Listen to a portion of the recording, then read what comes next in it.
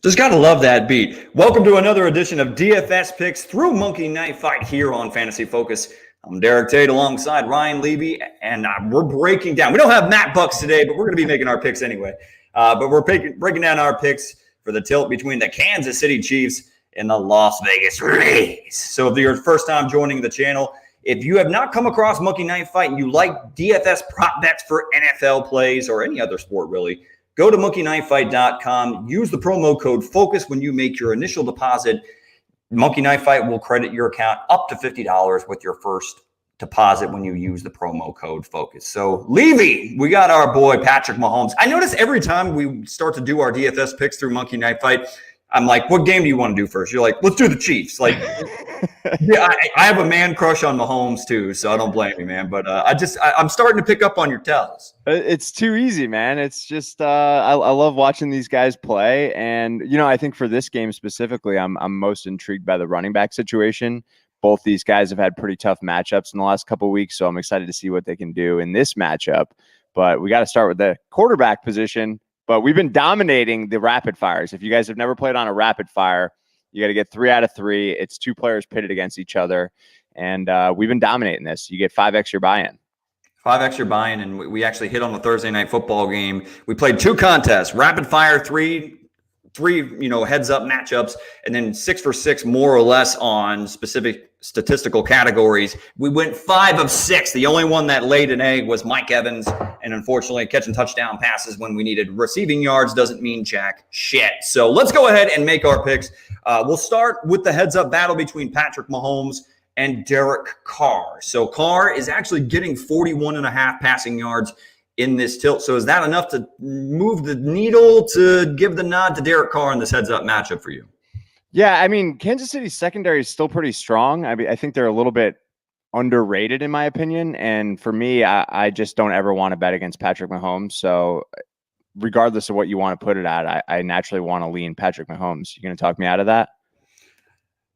It's hard to talk you out of Patrick Mahomes when in particular, I just don't see a very favorable matchup for the Las Vegas secondary in this one. This team, obviously, they're facing the most high-powered offensive slate of weapons in the National Football League with Kansas City's pass catchers. And then not only that, but they also lost Damon Arnett. He will not be available for this matchup if I'm not mistaken. So on the back end, they are going to have all kinds of issues trying to slow down this passing attack of the Kansas City Chiefs. Also, I do think that Clyde Edwards-Helaire is going to have a nice day, but I would not be shocked if the Kansas City Chiefs drop 40-plus points on the Raiders in this matchup. This is just – I feel like the table is set for Mahomes to have a big day. Yeah, and Vegas agrees with you because this is the biggest spread of the week by far. 11.5 points. Actually, wait, I take that back. Baltimore is 12.5 point favored. So it's both of these teams are big favors headed into Sunday. But I mean, 11.5 point favorite is a huge spread in the National Football League, and they're expecting 55.5 points. A lot of points being scored in this one. I mean, if you look back to week 2 of last season when these two teams faced off, and I get that a lot has changed, and you don't want to just say copy and paste from what happened in 2019 to 2020, but Mahomes lit up this Raiders secondary to the tune of 443 yards and 4 touchdown passes, and all 4 of those touchdown passes came in the second quarter. I mean, so even if Mahomes is going to, and now you do want to look at the other matchup where the Chiefs in the second tilt, Mahomes only threw for 175. So it's not necessarily a, pencil in easy, heads up matchup for Mahomes, but the way that he's playing right now, I just don't see the Raiders being able to slow him down. So let's roll with that. Let's move on to receptions between 2 tight ends that are arguably the best possession player on their entire, group of pass catchers in Travis Kelce and Darren Waller. It's always weird to see whenever Kelce's getting any sort of reception bonus in a heads-up matchup. But Waller is an intriguing one. If the Raiders are going to be playing from behind, Waller is the focal point of the passing attack, even though I do think they may have Henry Ruggs available for this matchup. But I still got to say that this is a weird pick 'em. How do you see it playing out? Yeah, Ruggs is a go. I did see that, and I know that because I've got him in a couple of season-long leagues. But man, if we're expecting the Chiefs to be dominating this game or playing from ahead, I really want to go with Waller. Am I crazy for thinking that? I mean, I'm a Kelsey fan. I mean, in terms of his play on the field, anyway, I'm not his biggest fan off the field. I think he's kind of douchey, but I don't know, man. I don't think you're too far off with that call. But I mean, he's pretty much a lock for 6 catches every single week, except for last week, of course. But Belichick against the tight ends and all that. But I want to go Waller here. So the fact that Kelsey's getting a half reception, I mean, both of these players, when you look at last year's matchup, again, just taking a little bit of a sample size, I think Kelsey caught 5 balls and 6 balls, and then Waller caught 7 and 6. So, and not a whole lot has changed for either of these two players. I actually want to go with Waller, though. I mean, don't get me wrong. I think Kelsey is going to get his. I still think he catches 5 passes, but we've seen that John Gruden, if there is a player that he wants to get dialed up, and Derek Carr is also willing to check it down and take what the defense gives him, and that is Darren Waller all day, every day. I could see Waller easily catching 8 passes in this game. So right. Game flow favors for me Darren Waller in this one. Yeah, let's fire it in there. I feel good about it. And then a rushing battle between Josh Jacobs and Clyde Edwards-Helaire. And this is damn near a pick 'em, because Clyde Edwards-Helaire is only getting 1.5 yards as far as rushing bonus in this heads-up tilt. But even when the Raiders got the break speed off them last year, in the 40-9 loss, Jacobs still ran for 100 yards. So how do you see this one playing out between the two skilled running backs? I am actually going to lean the Edwards-Helaire side on this one. I know Jacobs hasn't looked great in the last couple of weeks, but again, like I said, he's had some tough matchups.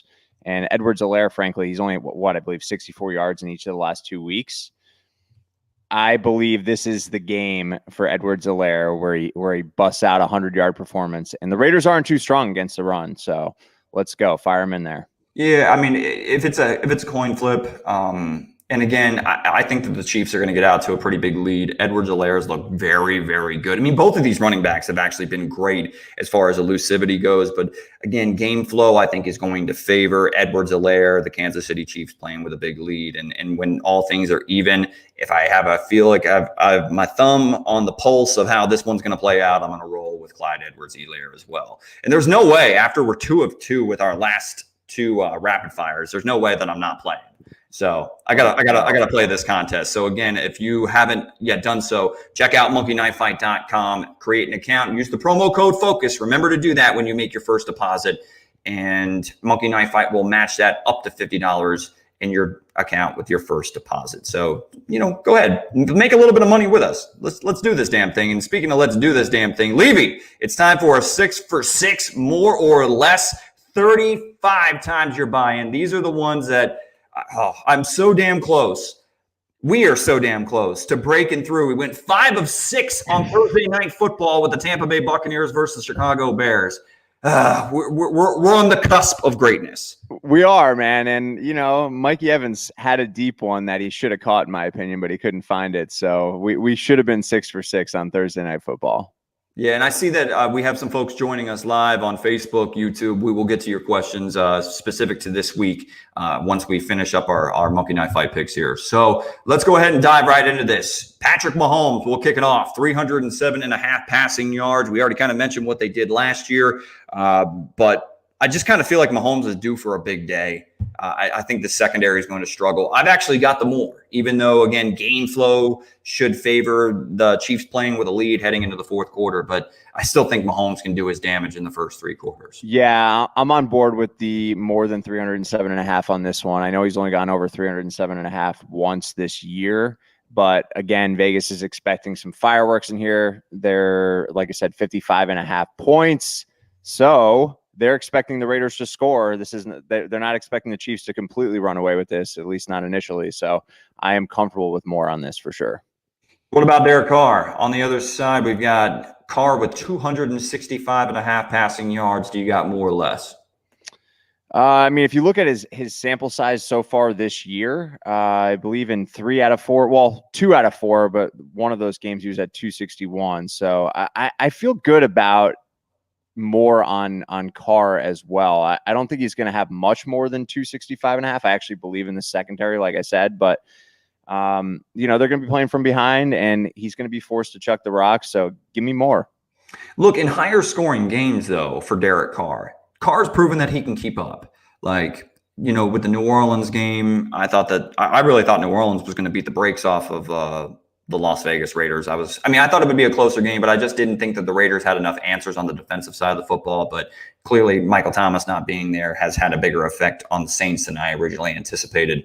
But then also last week against the Buffalo Bills. I mean, the Bills in a higher scoring game where an offense can put up points against this Raiders defense and Derek Carr is forced to throw the football, I think he's going to hit this more total. Like, I don't like going more across the board. You know, it kind of feels like a trap a little bit, but, you know, I still think can easily get to 265.5 in this heads up tilt where it should be a higher scoring affair.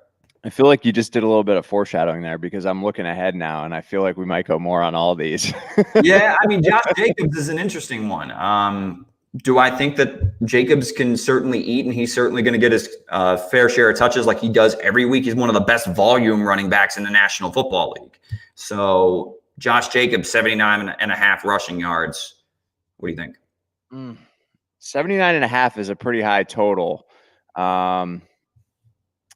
I think I'm gonna go more. He's due for a Josh Jacobs-esque performance. We know what he's capable of. We saw it in week 1, right?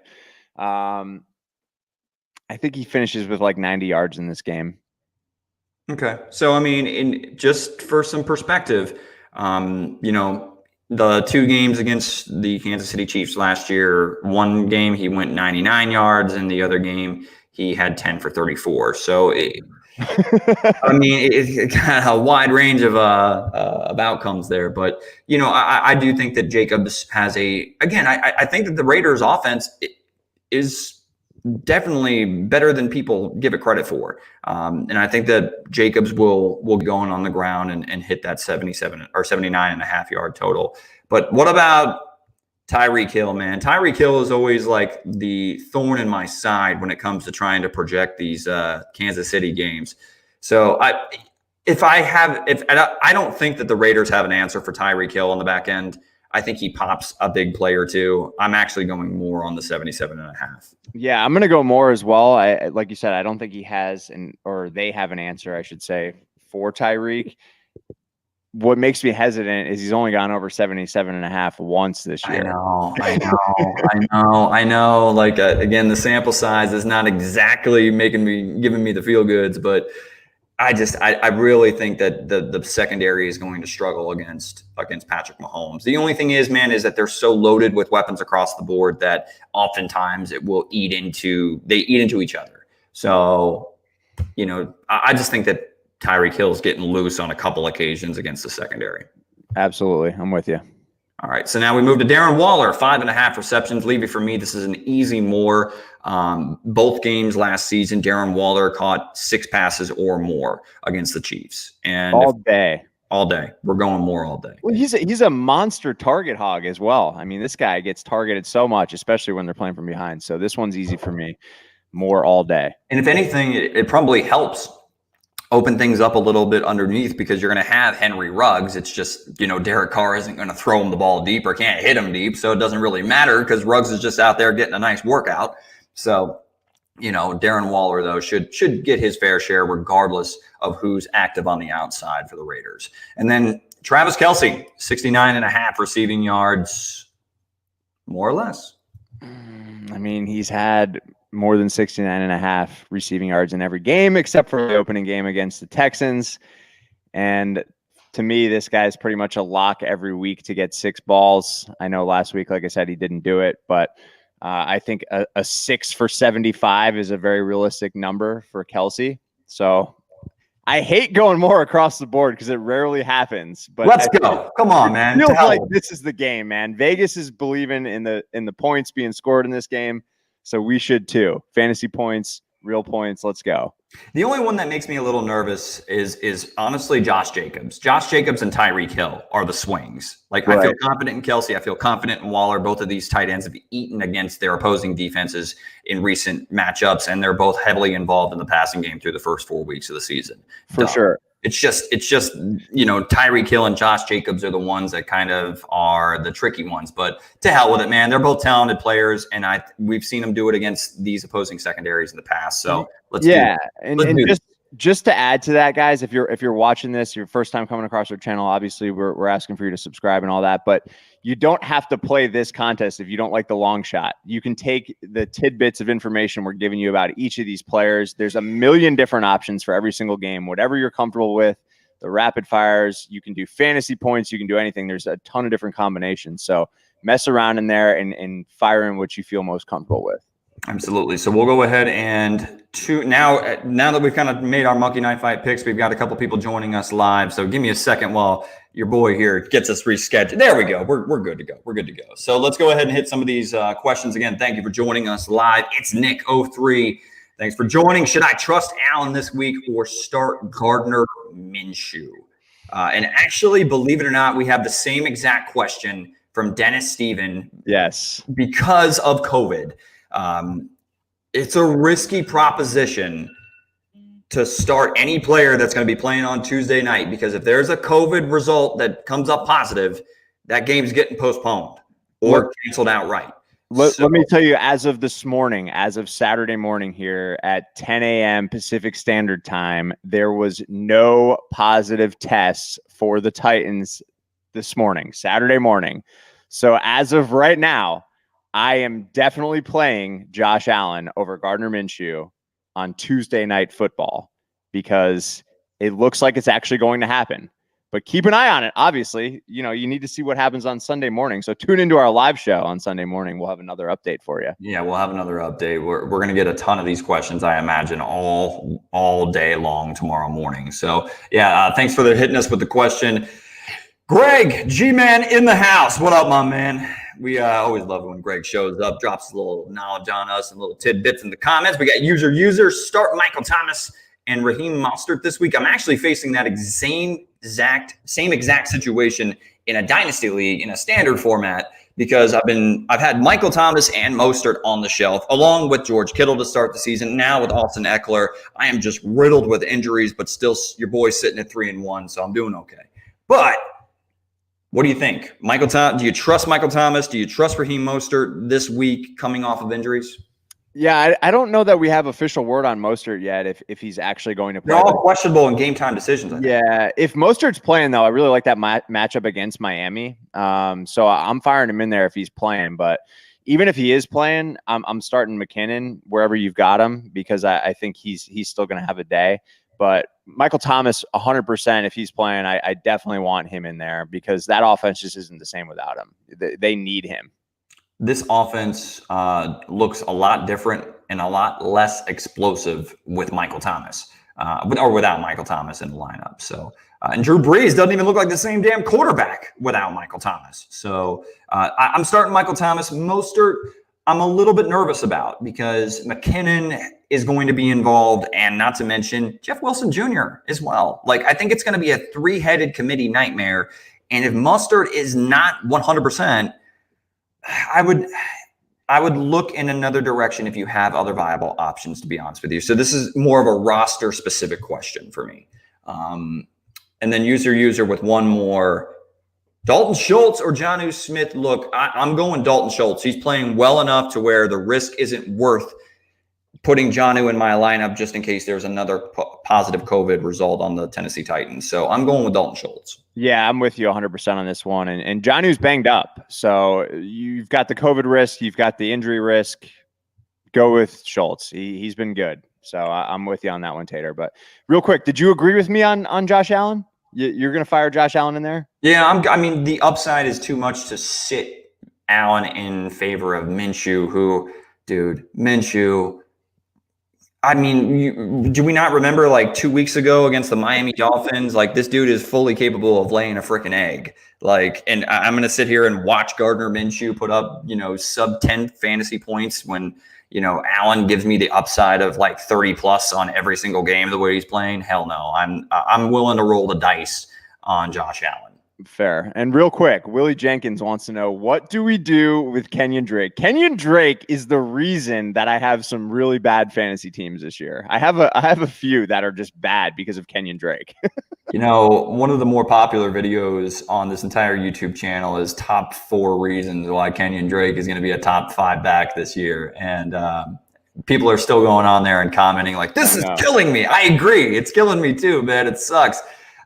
I think you have no choice but to go down with the ship with Kenyon Drake. Now, I will say, depending on what your roster is, if you want to put him on your bench until he does something, I totally understand and totally agree with that, with that approach. But I feel like, look, there's been some play calling issues. There's been some other issues when he's getting his touches that kind of play into his modest / disappointing stat line. I think better days are truly ahead for Kenyon Drake. It's gotten off to a rough start. So, I mean, I'm staying the course. I'm going to keep the faith. Bad first month, but I think it'll get better. Yeah, I'm with you on that. There's certainly still a chance that he can return to form here. A lot of it has to do with play calling for me. It's frustrating to watch. I mean, they're down within the 5-yard line and they're just pitching it outside to him every time. Just give him the ball up the middle. Watch what he can do with it.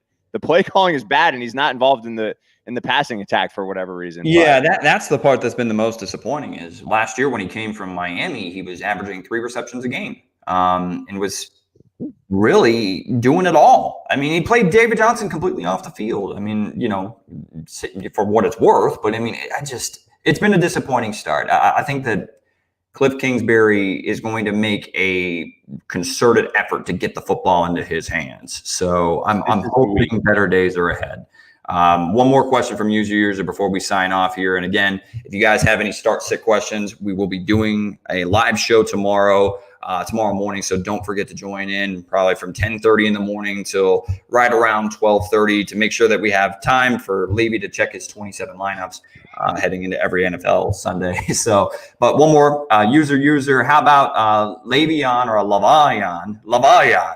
Yeah, Le'Veon, Lev Bell or Deontay Johnson for flex in a non-PPR if Mostert is out. Will Le'Veon have a day against the Cards? Will any Jet have a day? I mean, you're really banking on Le'Veon coming in and getting the volume, which I don't even know if Adam Gase uses him as a bell cow back. I think Le'Veon is an incredible risk. I'd much rather roll with Deontay Johnson than Le'Veon Bell, even in a non-PPR. Believe it or not, are you looking at my dynasty roster? Because actually, I lost Le'Veon too in that same exact lead with Mostert, Kittle, Thomas, all those guys. You got all those guys for me though. Yeah, I got it. Yeah, I mean, we've swapped spit a couple times when it comes to trading guys back and forth, but I'm going Deontay Johnson. Yeah, zero doubt in my mind about this one. I do not want to trust any Jet by any means, and they haven't even announced yet if he's officially coming off IR. I know he is likely to come off IR and play on Sunday, but we're still talking about the Jets here. They're just atrocious. You cannot trust the Jets. I think they have until this afternoon, to make a decision on whether to activate him to the roster or not. Same situation happened with Damian Harris last week with the New England Patriots. He looked good, by the way. He did. He was one of those guys I was high on, and great reports out of camp. And then, he obviously had the hand injury, but, better days are ahead. And better days are ahead for us here on Fantasy Focused because of you guys. And again, thank you so much for joining live. And if this is your first time coming across the YouTube channel, go ahead and hit the subscribe button as well as the little bell to make sure that you get a notification whenever we go and drop a live video here on the Fantasy Focused channel, because we're bringing you fantasy football analysis all the way through the 2020 season. Again, if you also have not come across Monkey Knife Fight, one last reminder, go to monkeyknifefight.com, create an account, use that promo code FOCUSED when you make your first deposit, and Monkey Knife Fight will credit up to $50 on that first deposit. Everybody, thanks for joining, and until next time, good luck, and later, says the Tater. Good luck, guys. See ya.